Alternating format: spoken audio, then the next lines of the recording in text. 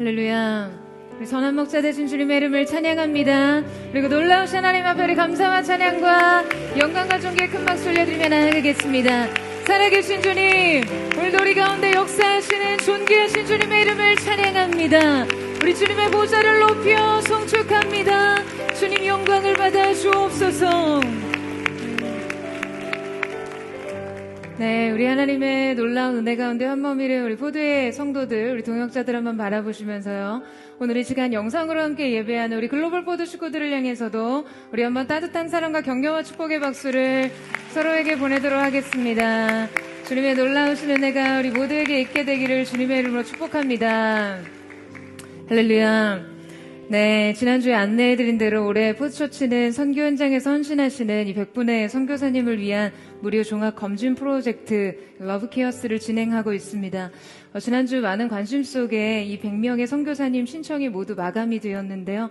현재는 선교사님들을 위한 이 후원 참여 방법을 또 준비 중이고, 다음 주에 여러분 함께 동참하실 수 있는 귀한 장을 열어드리도록 하겠습니다. 네, 우리 열방을 향한 하나님의 마음에 함께 동참하는 저와 여러분 되시기를 주님의 이름으로 축복합니다. 사랑하는 여러분, 성령 충만하십시오. 말씀 충만하십시오. 네, 오늘 함께 드리는 이 예배가 하나님과 우리의 관계를 새롭게 하고 또 삶의 부르심의 목적을 확인하게 하는 은혜가 있게 되기를 주님의 이름으로 축복합니다. 자, 우리 옆에 사람과 이렇게 한번 인사했으면 좋겠는데요. 당신의 간절함이 구원의 출구가 될 것입니다. 이렇게 한번 축복하시겠어요?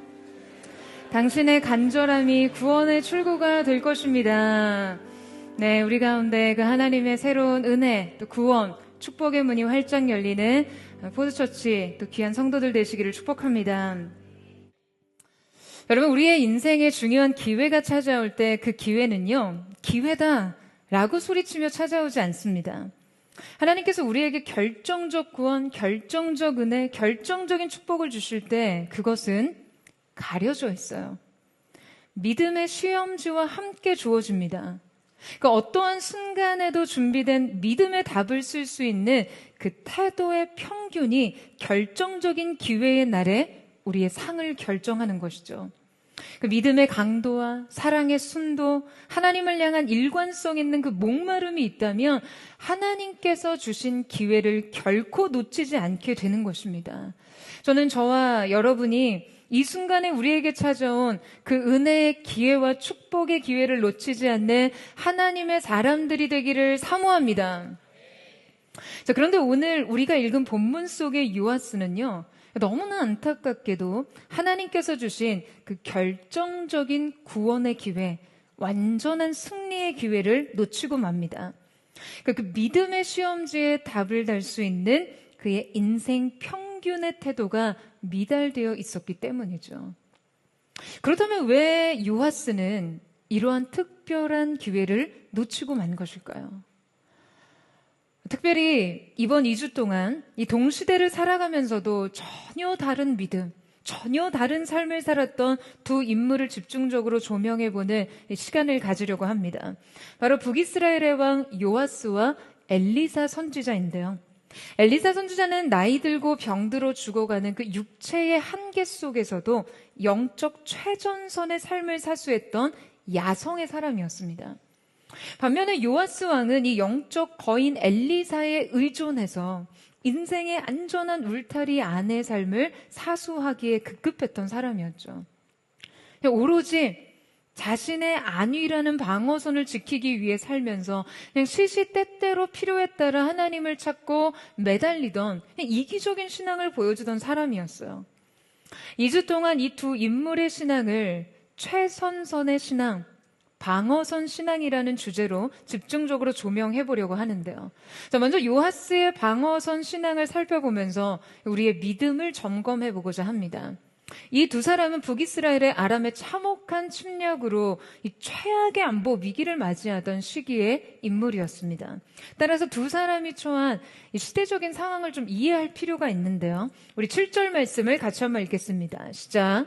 아람 왕이 여호아스의 백성을 멸절하여 다장마당에 티끌같이 되게 하고 마병 50명과 병거 10대와 보병 10,000명 외에는 여호아스에게 남겨두지 아니하였더라. 자, 여러분 여기서 지금 언급된 여호아스 왕은 요아스의 선왕입니다. 요아스의 아버지 여호아스 통치 시기로부터 이 북이스라엘은요 계속해서 그 아람의 침략에 속수무책으로 당하고 있던 상황이었어요. 성경은 이때 북이스라엘의 군사력이 타작마당의 티끌과 같았다라고 당시 시대적 상황을 지금 매우 생생하게 표현하고 있죠. 자, 그렇다면 타작마당의 티끌과 같았다라는 것은 여러분 대체 어떤 의미일까요? 고대 근동에서는 이 곡식을 타작할 때요, 이렇게 평평한 평지에 곡식을 깔아놓고는 육중한 타작기를 소가 끌고 지나가게 했습니다. 그렇게 곡식을 으깨고 나면 알곡은 분리가 되고 껍질과 부스러기들은 가루가 되죠. 그래서 이 타작을 끝내고 키질을 하면요, 이때 티끌은 바람에 흩날려 흔적도 없이 사라지게 됩니다. 그러니까 이스라엘의 타작마당의 티끌과 같이 되었다는 것은요, 지금 이스라엘이 단순히 전쟁에서 패배한 것을 넘어서 다시는 재기나 승리를 꿈꾸지 못할 만큼 그렇게 철저하게 짓밟히고 부서지고 흩어져 있었다라는 것이죠. 군사력이 완전히 무력화되어서 군대가 군대답지 않았고 국가의 방어선이 방어선답지 않았던 것이에요. 성경은 더욱이 이때 군사적 실태를 매우 구체적인 숫자를 언급하며 기록하고 있는데요. 보세요, 여러분. 마병이 50명, 병거 10대, 보병이 10,000명이었어요. 그러니까 사실 이 정도 숫자는요, 주권 국가의 군대라고 볼 수 없을 정도로 아주 비참한 수준이에요. 당시 고대 사회에서 병거와 마병은 왕국 핵심 군사력입니다. 자, 그런데 이 정도의 병력이라면 북이스라엘의 군사력이 겨우 왕궁 경호나 할 수 있는 그런 수준으로 무기력해졌다는 것을 알 수 있어요. 이러한 상태에서 지금 아람은 계속해서 이스라엘의 주변부를 침략하면서 점점점 중심부를 압박하고 있었어요. 국경이 줄어들고 방어선이 밀리고 군사력은 더더욱 처참해지고 왕궁의 미래의 전망은 너무나 어두워졌었던 것이죠. 여러분, 더욱이 지금 이 말씀은요, 단순히 북이스라엘의 국방력에 대한 비유적 표현일 뿐 아니라 지금 사실상 이 이스라엘을 다스리던 요아스 왕의 자의식이라고도 볼 수 있는데요. 자, 여러분, 스스로를 어떻게 평가하고 있다고요? 타작마당의 티끌 같죠. 그냥 먼지나 티끌이 아니고요. 키질 한 번이면, 바람 한 번 불면 끝납니다. 그러니까 이 시대를 버티고 살아가는 지도자 요아스의 자의식과 현실 인식이 지금 얼마나 불안하고 무력했는지 여러분 느껴지세요? 요아스의 이 현실 인식에 되게 좀 감정이입이 되시나요? 제가 얼마 전에 그런 이야기를 들었어요. 요새 어르신들은 평소에 연락도 안 하던 그 자식들이 전화를 하면요, 먼저 가슴이 덜컥 내려앉으신대요. 이거 혹시 회사에서 정리해고됐다는 이야기를 전하려나 싶어서요. 여러분, 최근에 일자리 퇴직 연령의 평균이 49.4세라고 하더라고요. 인간의 수명은 연장돼서 한 100세 시대라고 하는데 정작 생계를 유지하기 위해 돈을 벌 수 있는 기간은 너무나 짧아졌어요. 그러니까 한참 일을 해야 하는데 가뜩이나 결혼이나 출산 시기는 늦어져서 이 가장으로 돈을 벌어 먹고 살아야 하는데 정작 경제활동 없이 버텨야 하는 시간이 인생에서 너무 길어지는 거예요. 여러분, 돈 벌고 먹고 사는 일이 낭만이 아니라 생존 공포라는 처절한 현실이 되는 나이가 되면요, 누구나 이런 감정을 한 번쯤 느껴볼 수 있습니다. 바로 타작마당의 티끌 같은 느낌이요. 그냥 바람 한 번 불면 날아가 버릴 것 같은 그 존재감 말이에요. 언제 책상 빠질지 모르고, 언제 사회가 날 내칠지 모르고, 언제 시장이 망할지 모르고, 언제 내가 외면당할지 모르는 삶의 불안정성이 그렇습니다. 그 삶의 방어선이요, 점점 무너져 내려요. 내가 지켜낼 수 없는 내 삶의 안정성이 나를 위협하는 것이죠. 여러분, 우리 역시 이 요아스의 불안과 두려움을 충분히 이해할 만하죠. 그런데 설상가상 이런 상황에서 어쩌면 요아스가 가장 두려워하는 문제가 발생하는데요. 파괴된 시대에도 건재하던 그 마지막 방어선이 무너져 내리는 순간이었어요. 바로 엘리사의 죽음이었죠. 자, 우리 14절 말씀을 같이 한번 읽겠습니다. 시작. 엘리사가 죽을 병이 되매 이스라엘의 왕 요아스가 그에게로 내려와 자기 얼굴에 눈물을 흘리며 이르되 내 아버지여 내 아버지여 이스라엘의 병거와 마병이여 하매. 여러분, 우리는 이제 매우 안타까운 현실을 마주합니다. 바로 시대의 진정한 지도자 엘리사의 죽음인데요. 여러분, 당시 엘리사가 북이스라엘에 끼치는 영향력은 정말로 엄청난 거였어요. 그는 국가의 비참한 위기 상황에서도 언제나 그 강인한 최전선의 신앙으로 이스라엘의 승리, 아니 여호와 하나님의 절대적인 승리를 선언하던 영적 거인이었습니다. 그의 존재는요, 몇만의 군대보다 더 강력한 힘이었고, 그의 믿음과 영화는 인간이 수립할 수 있는 그 어떠한 탁월한 전술보다도 위대한 것이었거든요.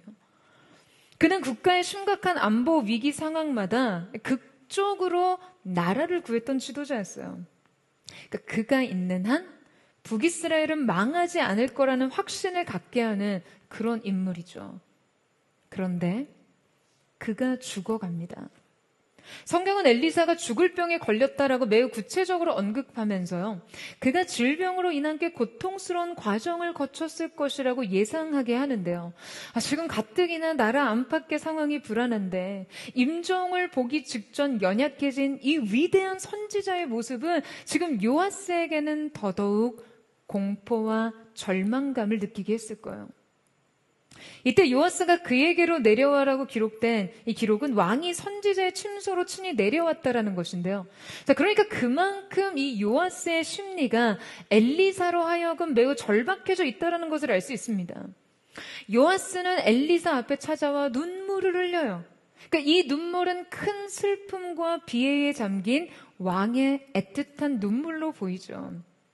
그는 엘리사를 향해 내 아버지여 내 아버지여 이스라엘의 병거와 마병이여 라고 부르짖습니다.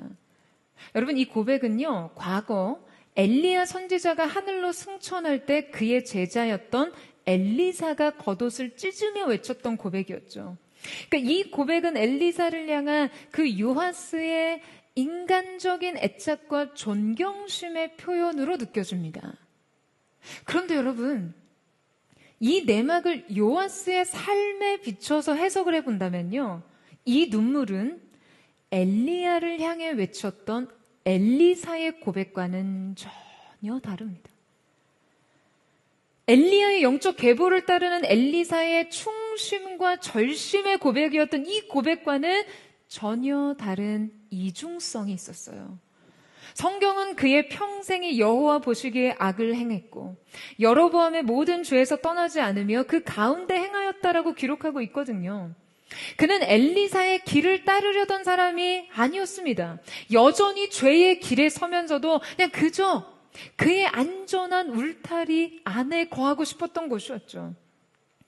이 고백은 엘리사의 죽음에 대한 처절한 비탄과 절규의 외침이었지만 동시에 자신의 안위가 무너질까봐 두려웠던 그 한 인간의 철저한 이기심과 불안에 의한 것이었어요. 그러니까 지금 엘리사 앞에서 흘리는 이 눈물은 단지 슬픔과 통회의 눈물이 아니라 자기 삶의 방어벽이 무너지는 데서 오는 생존 공포에 가까웠죠. 이 생존 공포에서 비롯된 그냥 비명 같은 눈물 말이에요.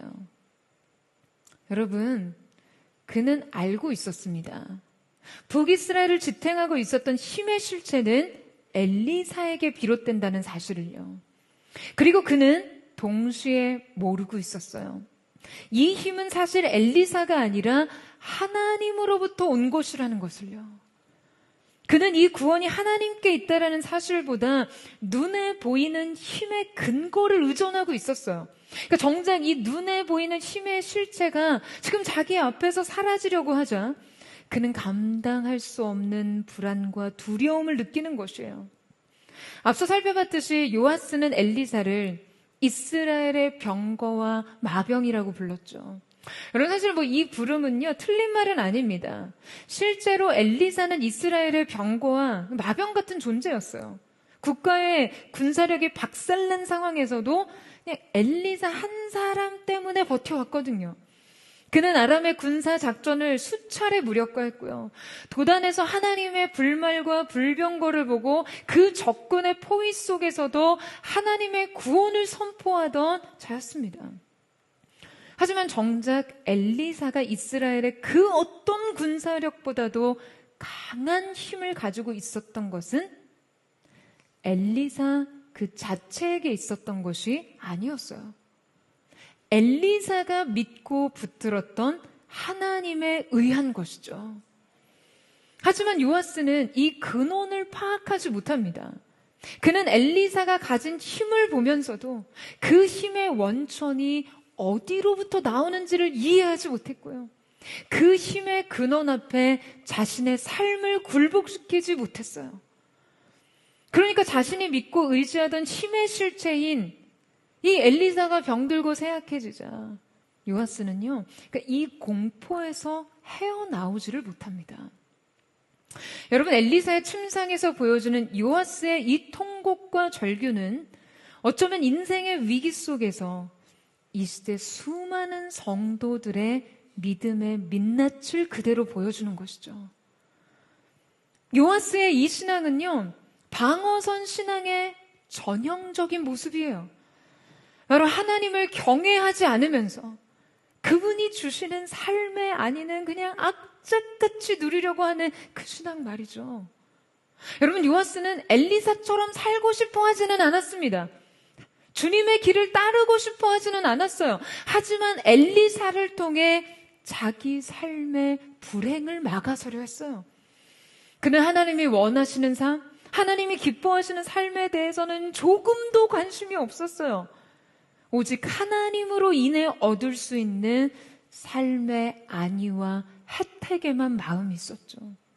그러니 내 밥그릇이 위태로워질 때만 하나님을 찾습니다.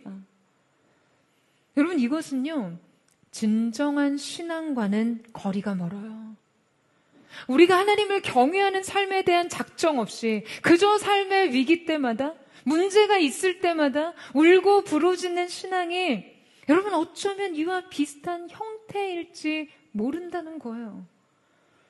그저 하나님을 수단으로 삼는 신앙 말이죠. 그냥 어떻게든 원하는 것을 얻으려는 신앙 말이에요. 위험이 닥칠 때만 신앙을 이용하고 공격을 받을 때만 하나님께 달려 나옵니다. 내 인생에서 나를 지탱하고 방패가 되어줬던 그 무언가가 붕괴될 때만 하나님을 붙들어요. 먹고 살만해지고 배부르고 등 따시고 안전해지면 하나님도 믿음도 아무런 영향력이 없습니다. 하나님이 나에게 원하시는 삶, 혹시 그것이 내 안에서 선명해질까봐 묘한 두려움이 있어요. 뭔가 부담스러운 요구사항이 있을 것 같아서 말이죠. 그러니까 그냥 하나님이 나에게 어떠한 순종을 요구하시는지 이런 거는요, 안묻 안궁입니다. 그냥 묻지도 않고 궁금하지도 않아요. 그저 내 삶의 울타리만 걷어가지 않으시면 좋겠고요. 내 영역만 침범하지 않으셨으면 좋겠어요. 여러분 인생의 방어선은 무엇인지 한번 생각해 보세요. 내 삶을 보장해주는 물질이라는 방어선, 안정적인 직장과 사회적 지위라는 방어선, 고독과 외로움을 잊게 만드는 관계라는 방어선, 나의 일상을 지탱하는 다양한 삶의 조건의 방어선. 그냥 어쩌면 이 모든 것이 다 흔들리고 무너지는데도 불구하고 그냥 내가 그저 꽤 괜찮게 살아간다라는 타인의 착각과 인식에 그냥 겨우 기대어 서는 사람들도 있습니다. 괜찮지 않은데 괜찮아 보이는 것이 방어선이에요. 실제 내 내면은 너무 고통받고 있지만 그저 내 삶이 꽤 괜찮아, 그럴싸해 보인다는 인정과 안정이 나를 지탱해 주는 것 같아요. 그런데 당장 우리가 여러분 생각해 보세요. 이 방어선이 무너질 때 어떤 생존 공포를 느끼겠냐는 거예요. 우리는 그저 살려고 무너지는 삶의 방어선을 붙잡고 절규하겠죠. 더욱 큰 문제는 요아스는 자기 삶의 방어선에는 이토록 집착하면서 정작 영적 방어선은 조금도 보수하려 하지 않았습니다. 적국의 침략에 대해서는 벌벌 떨면서요. 죄의 문제는 조금도 의식하지 않았어요. 나의 안위와 안전을 위협하는 것들에 그토록 두려움을 느끼고 내 삶의 경계와 통제력을 방해하는 것들에 그토록 민감해하면서 정작 내 영혼의 무방비에 대해서는 그냥 전혀 마음을 두지 않았다는 거예요. 삶의 위기와 손실엔 그토록 두려움을 느끼면서 영적 위기와 손실은 아랑곳하지 않는 삶. 여러분, 이것이 바로 방어선 신앙의 전형입니다. 여러분, 여러분에게 지금 제가 사람 멀리하고 그 물질 좀 내려놓고 지위 포기하고 삶의 방어선이라고 여기던 많은 조건들을 그렇게 무너뜨리면서 살라고 이야기하는 것이 아니에요. 그 모든 것들이 결코 내 삶의 원천이 될 수 없다라는 사실을 인정하라는 것이죠. 여러분 아멘이세요? 내가 내 삶을 안전하게 지켜내기 위해 더욱더 철저하게 하나님을 붙드는 이 믿음에 눈물이 있고 절규가 있다고 해도요. 이것은 내 생존 본능이지 믿음의 실체가 될 수 없다라는 사실을 인정해야 합니다. 그리고 하나님을 그저 나의 안전의 근거로만 삼고 주인으로 섬기지 않는 우리의 부끄러운 신앙에 대해서 여러분 이제 벗어나야 돼요. 하나님이 원하시는 삶의 기준엔 조금도 관심이 없으면서 내 삶의 방어선을 지키는 데에는 그토록 민감한 우리 자신의 믿음을 하나님 앞에 회개할 수 있어야 하는 것입니다. 내 통장이 녹아내린다고 그렇게 두려워 벌벌 떨고 불안해하면서 인생의 기도의 창고는 메말라고 하나님의 임재의 영광을 향한 목마름은 메말라가도 전혀 상관없는 영적 실체 앞에서 여러분 우리는 회개할 수 있어야 한다는 것이죠. 여러분 그런데 이때 누구보다도 이 방어선 신앙의 민낯을 여실히 알고 있던 엘리사는요, 그 마지막 숨을 거두는 순간까지 시대를 깨우는 선지자로서의 사명을 다하고 있습니다. 그가 죽음을 앞두고도 마지막까지 요아스에게 건네고자 하는 이 믿음의 선언은 방어선 신앙에 머물러 있는 이 시대 많은 성도들에게 큰 울림과 도전이 되는데요. 자, 우리 함께 15절에서 17절 말씀을 같이 한번 읽겠습니다. 시작. 엘리사가 그에게 이르되 활과 화살들을 가져오소서 하는지라 활과 화살들을 그에게 가져오매 또 이스라엘 왕에게 이르되 왕의 손으로 활을 잡으소서 하매 그가 손으로 잡으니 엘리사가 자기 손을 왕의 손 위에 얹고 이르되 동쪽 창을 여소서 하여 곧 열매 엘리사가 이르되 쏘소서 하는지라 곧 쏘매 엘리사가 이르되 이는 여호와를 위한 구원의 화살 곧 아람에 대한 구원의 화살이니 왕이 아람 사람을 멸절하도록 아벡에서 치리이다 하니라. 여러분 지금 엘리사는 죽어가는 순간에도 자신 앞에서 이 나약한 눈물을 흘리고 있는 요아스에게 지금 무엇을 건네고 있습니까? 그는 그저 왕을 다독이고 위로하지 않았습니다. 오히려 그는 요아스에게 무기를 가지고 오도록 하죠. 활과 화살을 가져오게 합니다. 여러분, 임종 직전 마지막 순간까지 왕에게 무기를 건네는 이 진격의 신앙이 여러분 정말 도전이 되지 않습니까? 여러분 아멘이세요? 여러분 하지만 이때 우리가 주목할 것은 지금 엘리사가 왕에게 요구한 것에 관한 것이에요. 왕의 손으로 활을 잡으소서. 바로 자신이 이 무기를 쥐고 있지 않습니다. 정확히 왕의 손으로 활을 잡으라고 말하고 있어요. 여러분 저는 바로 이 지점에서 무너져가는 북이스라엘을 향한 이 영적 지도자의 심정을 읽을 수 있었어요. 여러분 부모가 이 자녀의 삶을 바라볼 때 책임과 그 물러섬에 아주 팽팽한 긴장이 있죠. 부모는 자녀를 위해 아낌없이 헌신하면서도 중요한 사실은 결코 자녀의 삶을 대신할 수는 없다는 거예요. 자녀의 삶은 부모의 삶이 아닙니다. 그것은 자녀의 삶이죠. 자녀의 행복, 자녀의 선택, 자녀의 믿음, 자녀의 인생입니다. 언젠가 저희 조카들이 어린이집을 가고 또 초등학교에 입학하고 중학교에 입학하고 새로운 환경에 적응할 때마다 이 동생이 나눠줬던 그 마음이 생각났어요. 그러니까 더 이상 부모가 들어설 수 없는 자녀 삶에 이 경계선이 생기고 문이 닫히고 이제 자신이 그 경계 밖의 존재로, 그 문 밖의 존재로 서야 할 때 자신이 결코 대신할 수 없는 그 자녀의 삶을 먼 발치에서 바라봐야 하는 그 순간, 그 문이 닫히는 순간, 바로 그때 필요한 믿음에 대해서 말이죠. 그러니까 그 경계 밖에서 부모는 절실히 느낀다고 해요. 아, 이제 내가 대신해 줄 수 없구나. 이제부터는 오롯이 아이들이 해나가야 하는구나. 나는 이제 그 아이들이 혼자 해내야 하는 일을 스스로 해나갈 수 있도록 여기 있어야 하는 존재이구나. 그리고 이때 필요한 믿음도 있다라는 것을 깨달았다는 거예요. 여러분, 이때 필요한 믿음을 바로 지금 엘리사가 요아스에게 보여주고 있는 것 아닐까요? 바로 자신은 이제 죽고 나라를 위해, 왕을 위해 그 어떤 것도 해줄 수 없지만 아직 끝나지 않을 하나님의 구원을 보고 죽어가는 순간조차 왕에게 무기를 쥐어주는 것이요. 자신의 시대는 저물고 있지만 하나님의 역사에 그를 동참시키고 그가 하나님의 약속 앞에 설 수 있도록 하는 것이었어요. 그는 왕의 손에 무기를 쥐어주며 말합니다. 싸워야 할 책임에 대해서 말이죠. 여러분, 엘리사는요, 지금 요아스에게 방패를 들라고 하지 않습니다.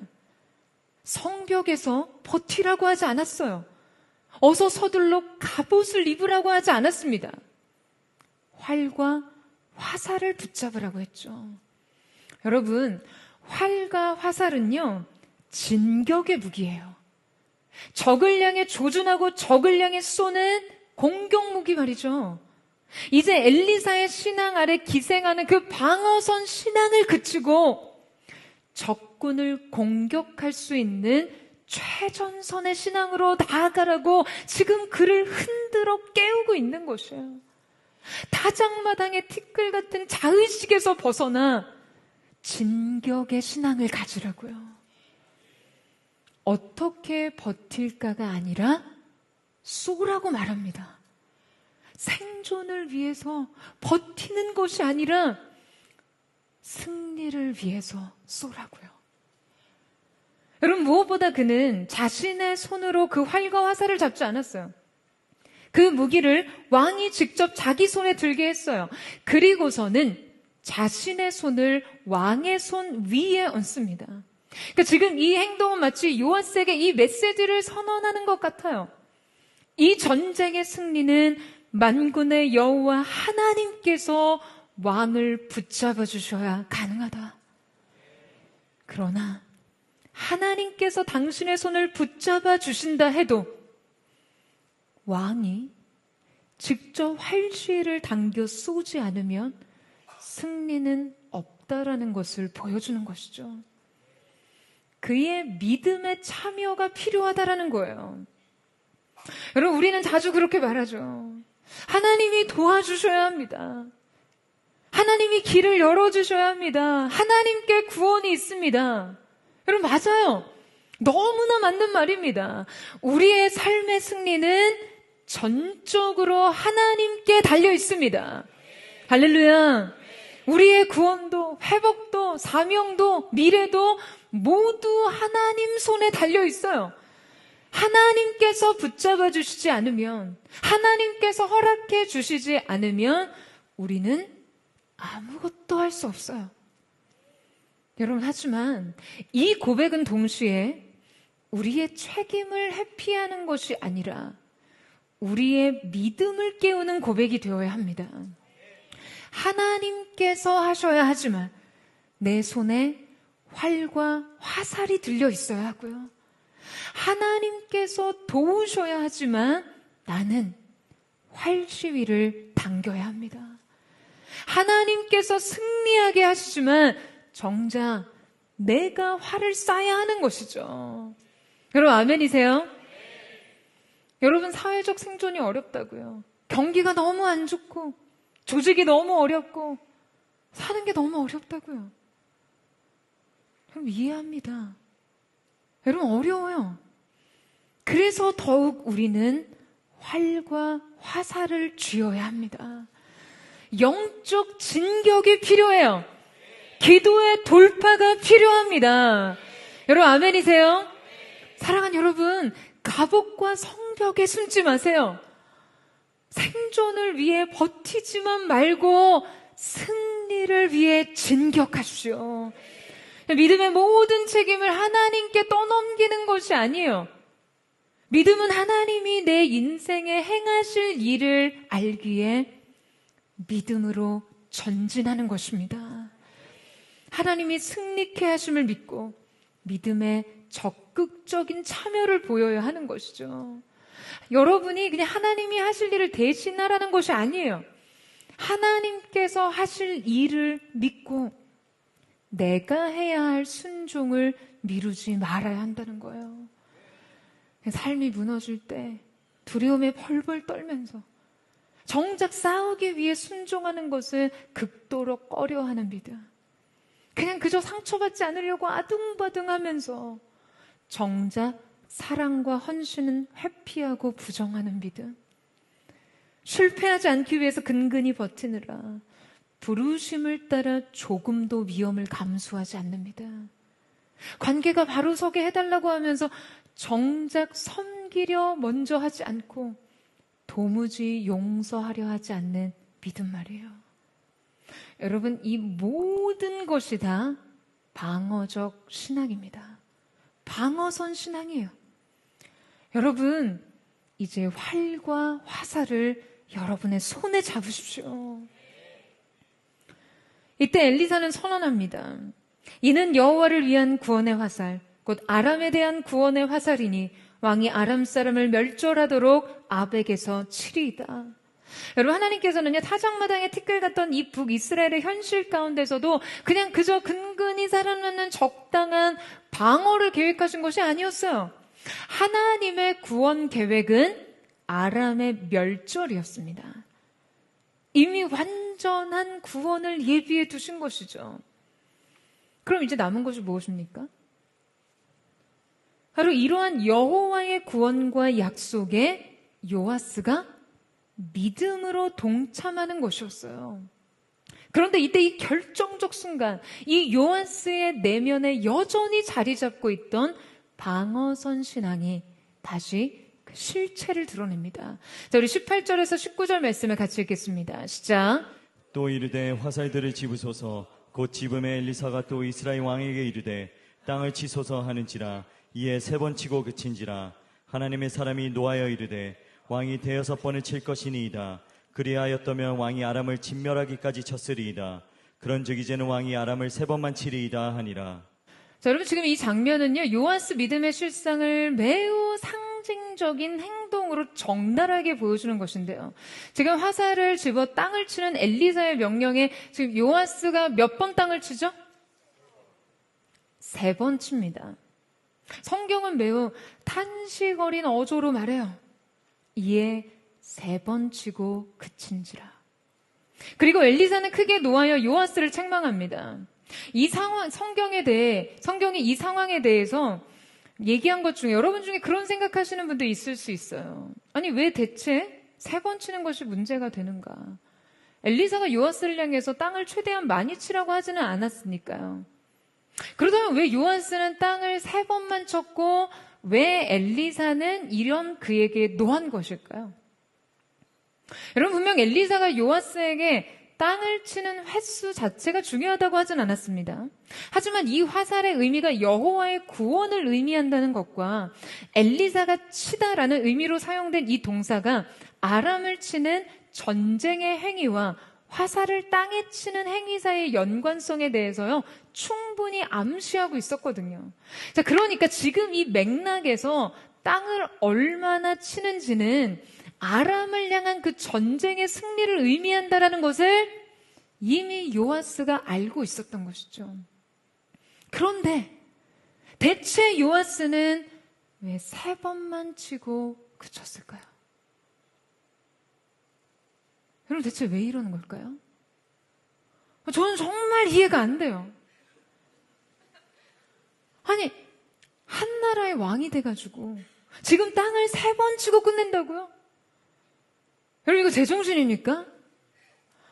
여러분, 이입이 안 되세요?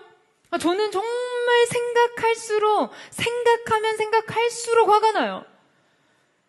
정말 이번 주 축구 보면서도 너무너무 화가 났지만요. 아니, 어떻게 그냥 그렇게 있냐고요. 수비 라인을 끌어올리고 공격수 투입해서 뭐라도 해야죠. 지금 지고 있었잖아요. 아니, 이겨야 되잖아요. 생각하면 생각할수록 화가 납니다. 여러분, 엘리사가 땅을 치라고 했으면 화살이 부러지던가 땅이 꺼지던가 할 때까지 쳐야죠. 지금 이미 하나님의 말씀이 선언됐잖아요. 아람의 멸절과 구원이 선포됐잖아요. 지금 이 활과 화살은 여호와의 구원의 상징이었잖아요. 그러면 그 선언 이후에 그 화살을 집어 땅을 치라고 했으면 여러분 어떻게 해야 돼요? 팔이 부러질 때까지 쳐야죠. 땅이 꺼질 때까지라도 내리쳐야죠. 능력이 없으면 절실함이라도 있어야죠. 하나님이 구원을 주신다는데, 살려주신다는데, 아니 이기게 하신다는데 지금 이게 내 팔인지 화살인지 이게 땅인지 웅덩인지 분간이 안 될 정도로 내리쳐야죠. 여러분, 그 정도의 절실함이 없으시다면, 그 정도의 각오가 없으시다면요, 변화는 없습니다. 돌파는 없어요. 여러분, 하나님께서 여러분에게 그 화살로 땅을 내리치라고 하실 때가 있습니다. 그러면 여러분 이 명령 앞에서 여러분의 믿음 전체를 실으셔야 돼요. 이 명령 앞에 여러분의 존재 자체를 다 쏟아 부으셔야 합니다. 여러분, 저는 이 시대 가운데 포드처치가 하나님의 약속과 임재 앞에서 이 화살을 붙잡고 땅을 내리치되 땅이 울리고 진동하고 흔들릴 만큼 그렇게 끝까지 전 믿음을 들여 이 명령에 반응하는 교회 되기를 사모합니다. 여러분, 아멘이세요? 생존을 넘어서 부흥을 외치는 신앙이 바로 그것이죠. 부흥이 끝났다고 누가 그럽니까? 한국교회 청년 세대, 다음 세대 부흥은 이제 절벽이라고 누가 그러나요? 사랑하는 여러분, 이런 현실 인식에 절대로 굴복하지 마십시오. 생존을 넘어 부흥을 외치는 자들이 있는 한 이 시대의 예배 부흥은 끝나지 않습니다. 이 세대의 돌이킴은 계속될 거예요. 그러니 계속해서 땅을 쳐야죠. 화살이 부러지든 팔이 부러지든 끝까지 화살을 내리쳐야만 합니다. 여러분, 그렇다면 요아스는 대체 왜 어떤 생각으로 땅을 3번만 친 것일까요? 저는 진짜로 왜 이러는지 좀 알고 싶어요. 대체 무슨 생각인지 알고 싶어요. 제가 엘리사였으면 지금 눈을 감을 수가 없었을 것 같아요. 아니, 대체 요아스가 왜 땅을 3번만 쳤겠습니까? 그 첫 번째 이유는 지금 요아스의 머릿속에는 아람의 멸절은 시나리오 자체가 없었어요. 하나님의 말씀은 멸절이었지만 요아스는 3번의 승리가 전부였습니다. 그의 믿음이 하나님의 약속의 수준까지 미치지를 못했어요. 그는 뼛속까지, 골수까지 방어선 신앙에 길들여져 있었으니까요. 엘리사는 분명 그에게 아람의 멸절을 선포했지만, 요아스는 어떻게 생각했을까요? 속으로 콧방귀 뀌었을 확률이 높습니다. 왜냐하면 그에게는요, 하나님의 구원에 대한 이해가 없었거든요. 그분의 스케일과 그분의 능력에 대한 이해가 전혀 없었어요. 그냥 고작 우리가 한 3번 정도 침략을 막아낸다면 이거 상식성에서는 선방한 거다. 이런 수준에 머물러 있었던 거예요. 그가 설정해 놓은 상식적이고 타당하고 이해 가능하고 수용 가능한 선에서 그는 멈췄어요. 그는 이 패배적 상신의 수준이 딱 3번이었던 거죠. 여러분, 이런 사람들은요, 보통 삶이 어느 정도 나아지면 절대 끝까지 가지 않습니다. 적당히 살만하면 거기서 멈춰요. 두 번째 이유는 요아스가 땅을 내리치는 행위에 철저한 계산이 끼어 있었다는 거예요.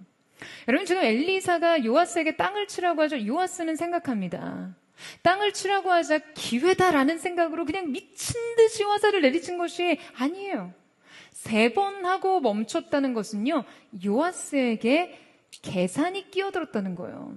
여러분, 삶은 나름 이스라엘에게는 이 완전수잖아요. 3번 치면 그래도 괜찮겠지. 이 명령에 대한 나의 반응이 그래도 최소한의 의무를 감당하는 정도는 뭐 되겠지. 그러니까 철저히 계산된 현상 유지의 반응이었던 거죠. 요아스에게 어쩌면 아람의 멸절은요, 뭐 굳이 원하는 것이 아니었을 수 있습니다. 그냥 자기 안위를 지킬 수 있는 정도의 방어 이상은 그에게 계산이 없었어요. 그는 자기만의 상한선, 가성비, 할당량을 정하고 있었습니다. 마치 이 정도 하면 그래도 믿음은 지키는 거지. 구원받고 천국 가면 됐지. 내가 목회자도 아니고 신앙생활에 그만큼 진지해질 필요 있나? 교회가 직장도 아닌데 나 살기 바쁜데 이 정도 섬길 이유 있나? 그냥 하나님께 크게 거슬리지 않을 정도의 믿음? 그냥 교회 갔을 때 원목사님 앞에서 찝찝하지 않을 정도의 신앙생활? 그냥 그만큼의 할당량, 그만큼의 가성비 신앙을 정해둔 거예요. 여러분, 바로 이런 신앙생활이 화살로 땅을 딱 3번 치고 끝난 신앙인 거죠. 마지막으로 요아스가 땅을 3번만 내리친 것은 그의 태도와 밀도의 문제였습니다. 여러분, 이 장면을 우리가 주목해서 봐야 하는 점은요, 그가 순종을 안 하지는 않았다는 점이에요. 그가 완전히 불순종한 사람은 아니었다는 거죠. 문제는 그가 어느 정도 순종했다는 데 있습니다. 그는 활을 가져왔고, 활을 잡고, 창도 열었고, 화살을 쐈고, 땅도 쳤어요. 그런데 충분하지 않았습니다. 순종을 했냐 안 했냐의 문제가 아니었어요. 분명 순종은 했습니다. 그에겐 자기가 시키는 건 다 하지 않았냐는 어떤 명분이 분명히 있었어요. 하지만 중요한 것은 그 순종의 태도와 밀도의 문제였죠. 그에게는 정작 절실함이 없었습니다. 여러분, 절실함은요, 인생에서 굉장히 중요한 거예요. 저는 이 절실함을 인생에 정말 중요하게 생각하는 사람이거든요. 그래서 인생에서 무언가 하나라도 각자의 어떤 가치 한 가지라도 절실하게 원해보지 않은 사람이랑은 도무지 맞지가 않아요. 정말 함께 갈 수 없어요. 아무리 애초에 원하는 것 같고 같은 방향을 보고 시작했다 하더라도 결국 그 사람과는 끝까지 가지 못합니다. 왜냐하면 절실하지 않는 사람은요, 결국 끝까지 가지 않거든요. 수많은 이유로 멈춰서고 수많은 이유로 이탈합니다. 삶이 조금만 편안해지면 거기에 안주하고 만족합니다. 그냥 적당히에 바로 안착해요. 더 온전해지고자 하는 영적인 근성이 없어요. 여러분, 제가 예배팀에게 도전할 때도 말해요. 끝까지 끝까지가 아니라요. 끝에 끝까지 가라고요. 가는 갈망으로 하나님의 얼굴을 향해 끝에 끝까지라도 달려가서 찾고 구하고 두드리고 헌신하라고요. 바로 그 순간에 열리는 구원의 문이 있어요. 영광의 문이 있어요. 그 끝에서만 열리는 임재와 기름 부으심이 있습니다. 여러분, 대개 사람들은요, 절실함의 중요성을 잘 몰라요. 되게 많은 사람들이 무언가 원하고 갈망하고 희구합니다. 그러니까 원하지 않는 게 아니라는 거예요. 모두 원합니다. 그런데 중요한 것은요, 절실히 원하지 않는다는 거예요. 많은 사람들이 여기에 속습니다. 스스로 착각해요. 난 원했다는 거죠. 난 분명히 바랬어요. 그럼 된 거 아니냐는 거예요. 그럼에도 삶이 나에게 허락하지 않았는데 어쩌라는 거냐는 거죠. 자, 여러분, 제가 정확히 말씀드릴게요. 모두 다 원합니다. 모두 다 바래요. 문제는 절실히 원한 건 아니고 절실히 바란 게 아니라면요, 그럼 아무것도 가질 수 없고 아무것도 이룰 수 없는 것이 삶입니다. 여러분, 우리의 인생에는요, 이런 문제가 정말 많아요. 절실함은 여러분을 단순히 원하고 바라는 차원에서가 아니라 그것을 이루고 가질 수 있는 차원으로 이끄는 아주 핵심적이고 본질적인 동력이에요. 저희 조카들이 어린 시절에 보았던 동화가 있는데요. 책의 제목은 샘과 데이브가 땅을 팠어요입니다. 제가 이 동화책의 내용을 소개해드리고 싶어요. 제가 이 책의 일부를 여러분에게 읽어드리겠습니다. 이 동화책을 읽어드리는 목사. 월요일에 샘과 데이브가 땅을 팠어요. 언제까지 파야 해?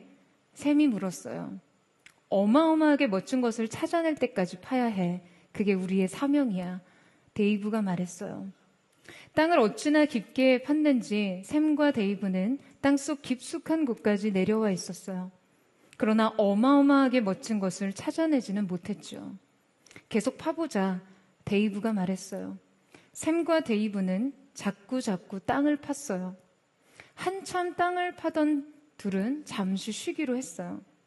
어쩌면 계속 밑으로만 파는 게 문제일지도 몰라. 데이브가 말했어요. 맞아, 그런 것 같아.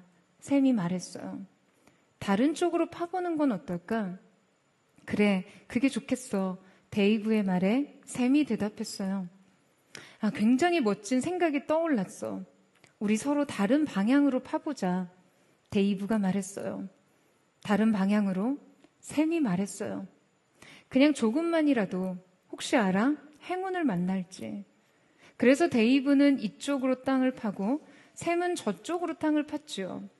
그러나 어마어마하게 멋진 것을 발견하진 못했어요. 아무래도 다시 아래로만 파는 게 낫겠어. 데이브가 말했어요. 그러자 그게 좋겠어. 샘이 말했어요. 이제 샘과 데이브에겐 초콜릿 우유도 남아있지 않았어요. 그래도 계속 땅을 파 내려갔죠. 둘은 마지막 남은 과자를 나누어 먹었어요. 그리고는 또다시 땅을 팠어요. 조금 뒤에 샘은 풀썩 주저앉았어요. 난 지쳤어. 더 이상 못 파겠어. 나도 지쳤어. 잠깐 쉬는 게 어때? 데이브가 말했어요. 자, 여러분, 이미 이 동화가 이야기하려는 것이 무엇인지 그림을 통해 다 이해하셨을 거라고 생각합니다. 그리고 우리의 인생의 단면을 이렇게 확대해 보자면요, 이것이 어쩌면 우리의 삶의 이야기인지 모르죠. 여러분, 단 한 번의 삽질을 더 하기만 해도, 조금만 더 깊이 들어가도 멋진 보석을 발견할 수 있을지 몰라요.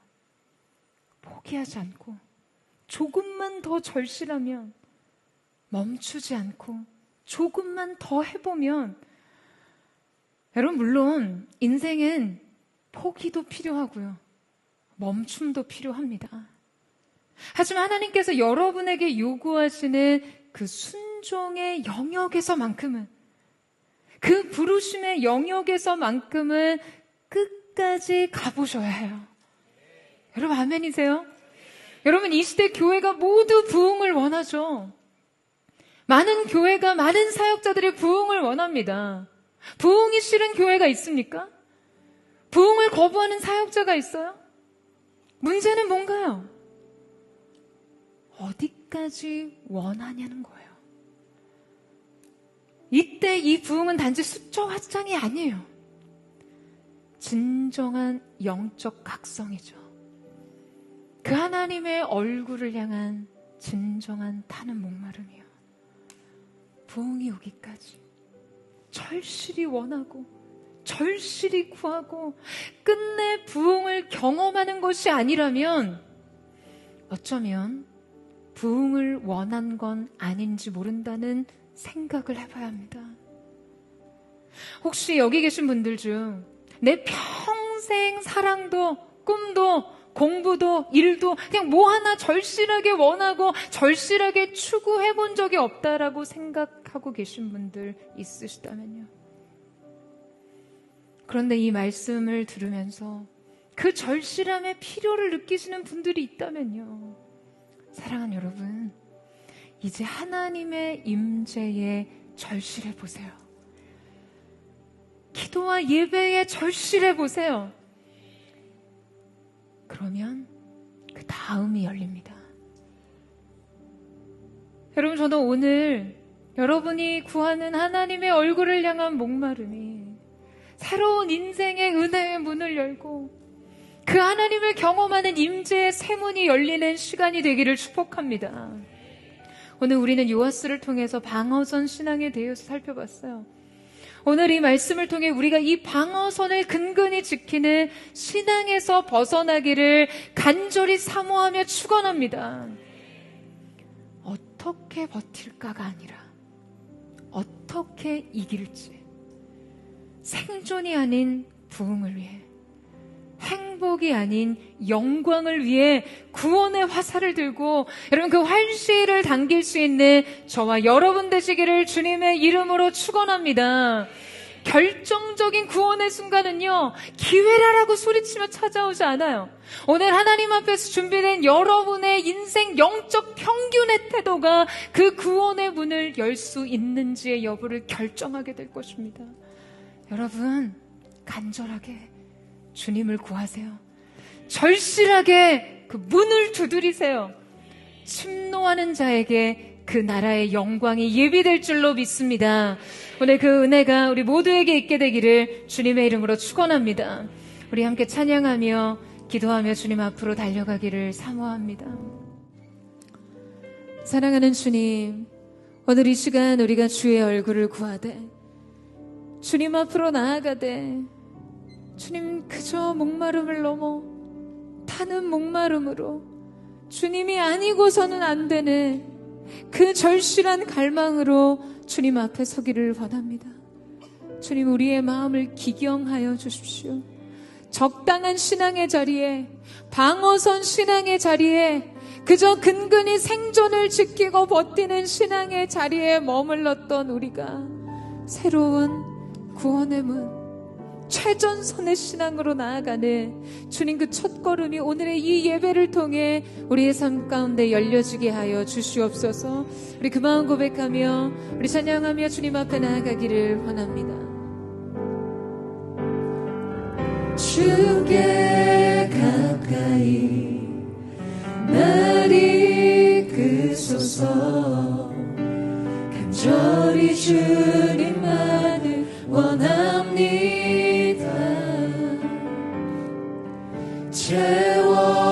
채워주소서. 주의 사랑을 진정한 찬양 드릴 수 있도록 주께 가까이, 주께 가까이 주님 날 이끄소서. 날 이끄소서. 간절히 주님만을 원합니다. 채워주소서. 채워주소서. 주의 사랑을 진정한 찬양 드릴 수 있도록 목마른 나의 영혼 주를 부르니 나의 맘 만져 주소서. 주님만을 원합니다. 주님만 더 원합니다. 나의 맘 만져 주소서. 주께 가까이 날 이끄소서. 주께 가까이 날 이끄소서. 간절히 주님만을 원합니다. 주님 채워주소서. 채워주소서. 주의 사랑을 진정한 찬양 드릴 수 있도록 목마른 나의 영혼 주를 부르니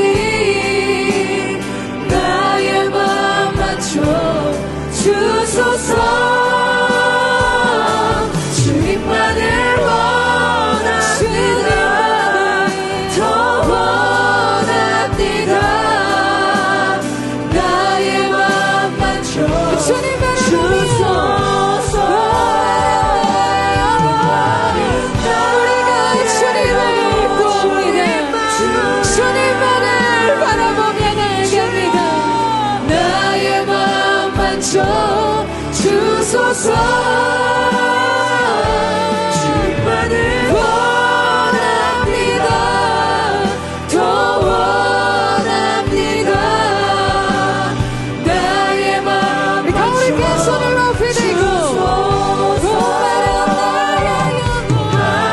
나의 영혼 주를 부르니 나의 맘 만져 주소서. 주님만을 더 원합니다. 나의 맘 맞춰 주소서. 사랑하는 여러분, 여러분의 마음속에 하나님을 향한 절실함이 있습니까? 주님을 향한 간절함이 있나요? 저도 하나님을 구합니다. 저도 주일마다 예배 드려요. 저도 주중에 말씀 묵상하고요. 기도하기도 합니다. 여러분, 여러분의 삶이 딱 그 정도의 적당한 신앙의 자리에 안주하며 적당한 인생의 자리에 멈춰 있지는 않습니까? 하나님께서 구원의 결정적 기회를 열어주셨을 때, 인생의 축복과 은혜의 공급에 결정적 기회를 열어주셨을 때, 그 기회를 기회로 알아보지 못하는 그 적당한 수준의 신앙에 안주하고 있지 않냐라는 거예요. 그저 늘 우리의 신앙이 늘 하나님을 향한 목마름으로 주의 얼굴을 구하는 타는 목마름이 아니라요, 내 인생에 무엇을 얻을 수 있을까? 내 인생 문제에 어떻게 해결할 수 있을까?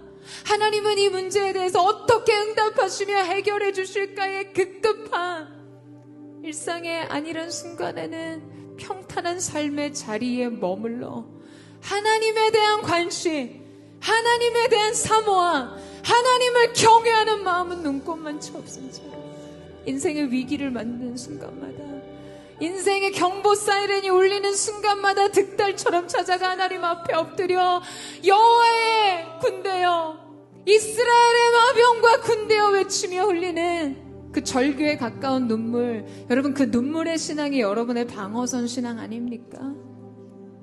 여러분이 흘리는 눈물이 진정 사랑의 눈물이고, 주님 앞에 내가 무엇을 드릴 수 있을까 고민하며 흘리는 눈물인가요? 내 인생을 향한, 시대를 향한 주님의 마음 앞에서 흘리는 눈물입니까? 어떻게 나를 이렇게 사랑하시나요? 어떻게 나를 위해 독생자 예수를 주실 수 있었냐요? 흐르는 눈물이 아닌 그저 일상의 삶의 비탄과 좌절과 삶의 아니 세상적 성공에 목매서 조금이라도 내 인생의 화살이 성공의 관역을 벗어나는 것 같으면 견딜 수 없어서 이스라엘의 병고와 마병이요. 그렇게 하나님 앞에 눈물을 흘리며 주님 앞에 엎드리는 게 진정한 신앙이라고 착각하지 마세요, 여러분. 그 수준을 넘어서야 합니다. 기도하면서 눈물 흘리고 말씀 보면서 내 인생 주머니에 아니만을 챙기는 것이 여러분 신앙을 수단 삼아서 내 인생의 행복을 추구하겠다는 거 이방인들이 하는 일입니다. 세상 사람들도 똑같이 해요. 다만 그 대상이 그 간구의 대상이 다른 신일 뿐이죠. 사랑하는 주님, 이 방어선 신앙으로부터 벗어나게 하여 주십시오. 그저 문제를 해결하고 인생의 안위를 보장하는 그 방어적 신앙으로부터 벗어나게 하여 주십시오. 내 인생에 흘릴 눈물이 있다면 주님을 위해 울 수 있는 자가 되게 하여 주옵소서. 내 인생을 향했던 삶의 모든 방향이 주의 영광을 향하게 하여 주시옵소서. 여러분 그 방어선의 신앙으로부터 벗어나세요. 우리 이 시간 오늘 우리가 흘릴 눈물은 통회하며 회개하며 자복하는 눈물이 되기를 원합니다. 우리 주의 한번 부르짖고 우리 하심의 동성으로 기도하겠습니다. 주여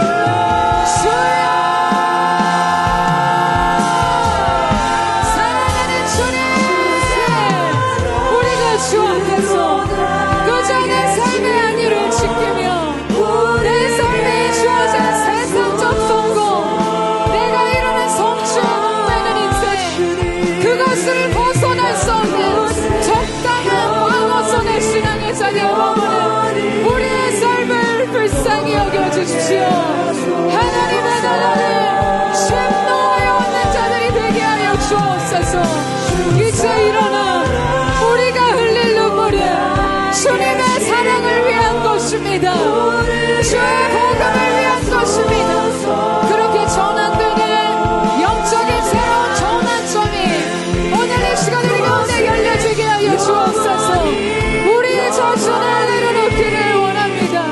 비굴하기 짝이 없는 언제나 필요의 그 끝에 하나님을 찾았던 우리의 삶을 뒤로하고 주 앞에 서기를 원합니다. 예수님 부르게 하소서.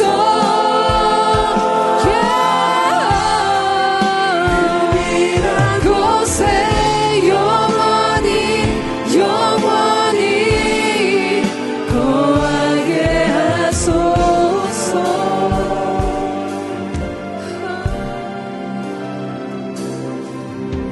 주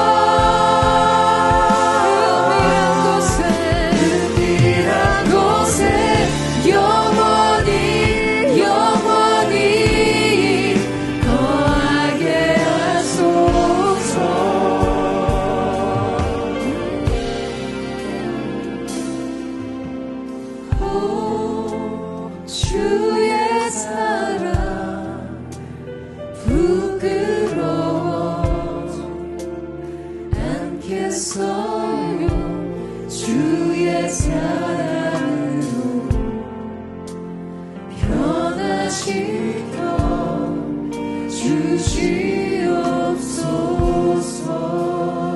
주의 사랑으로 변화시켜 주시옵소서.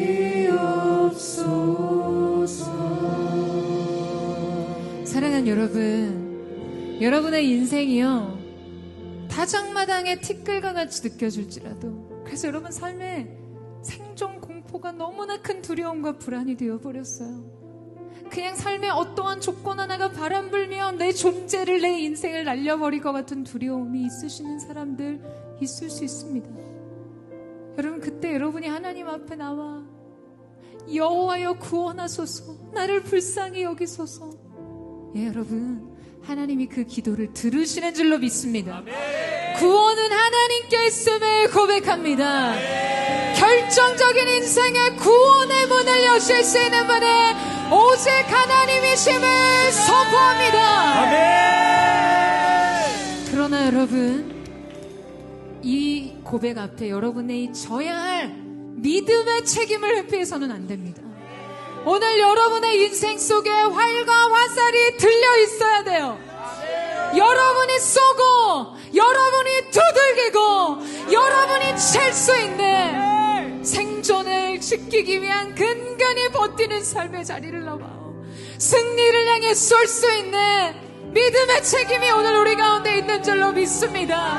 사랑하는 여러분, 여호와의 활과 화살을 잡으세요. 구원은 여호와께 있으나 주님 전심으로 달려갑니다. 그 구원을 얻기까지, 그 은혜를 얻기까지 우리가 주를 향해 달려갑니다. 주여 승리를 허락하여 주시옵소서. 주여 부흥을 주시옵소서. 우리 주여 사랑 부르짖고 우리 합심의 동성으로 기도합니다.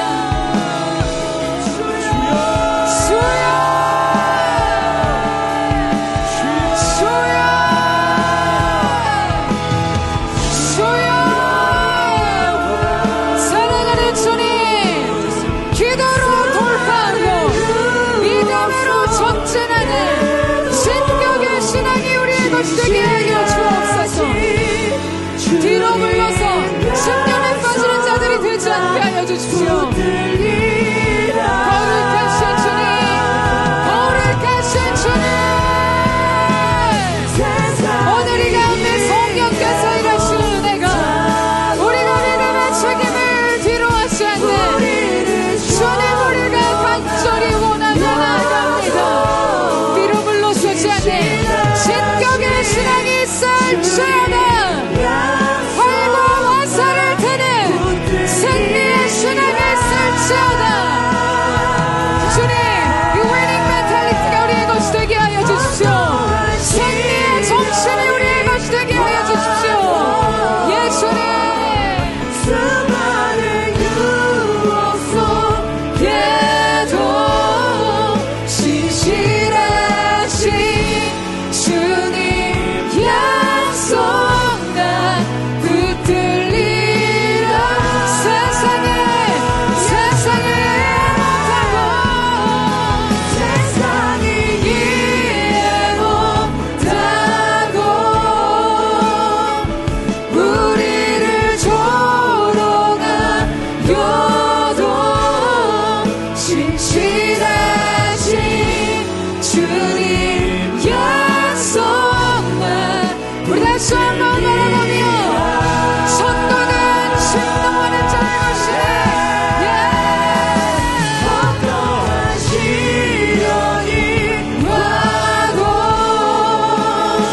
수많은 유혹 속에도 신실하신 주님 약속 나 붙들리라.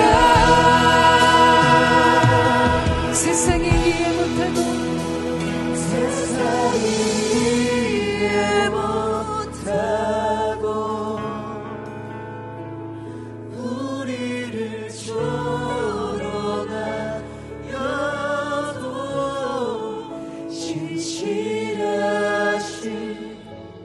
주님 약속만 붙들리라. 결코 돌아서지 않으리. 사랑하는 주님, 주께서 우리의 손에 구원의 활과 화살을 들려주신다면, 이 시대를 향한 부흥의 화살을 들려주신다면, 주님, 우리가 간절함과 절실함으로, 주님의 얼굴을 향한 목마름으로, 주님의 나라를 침노해 얻고자 하는 주님을 향한 타는 목마름으로, 주님이 활과 화살이 부러지기까지 칠 수 있는 믿음의 사람들이 될 수 있기를 원합니다. 주님, 우리를 통해 이 시대 예배 부흥을 이루어 주시옵소서. 오늘 우리 가운데 주의 구원의 활과 화살을 들려 주시옵소서. 하나님의 사람들이여, 승리를 향해 진격할지어다. 부흥을 향해 크게 외칠지어다. 주님, 우리에게 부흥을 주소서. 주님, 우리에게 부흥을 주소서. 주님, 우리에게 부흥을 주소서. 우리 주여 세 번 부르짖고 간절한 목마름으로 합성의 동성으로 기도하겠습니다. 주여, 주여, 주여.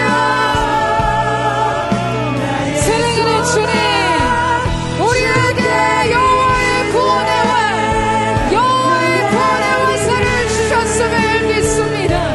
주께서 허락하시는 결정적인 은혜의 때, 우리가 하나님의 뜻대로 그 구원과 그 구원에 동참하는 자들이 되게 하여 주시옵소서. 모든 조치와 시대를 향해 진격할지어다. 모든 조치와 시대 가운데 여호와의 부흥을 선포할지어다. 아멘. 나의 믿음 주께 있네. 십자가 능력이 내 영광 되었네. 주께서 우리를 승리케 하시니 나의 능력, 우리 두 손 높이 들고 고백하며 나아갑니다. 나의 믿음 주께 있네. 예, 주님, 십자가 능력이 내 영광 되었네. 주께서 우리를 승리케 하시니 나의 능력, 나의 소망, 나의 능력, 나의 능력, 나의 소망, 나의 능력, 나의 소망 주께 있네.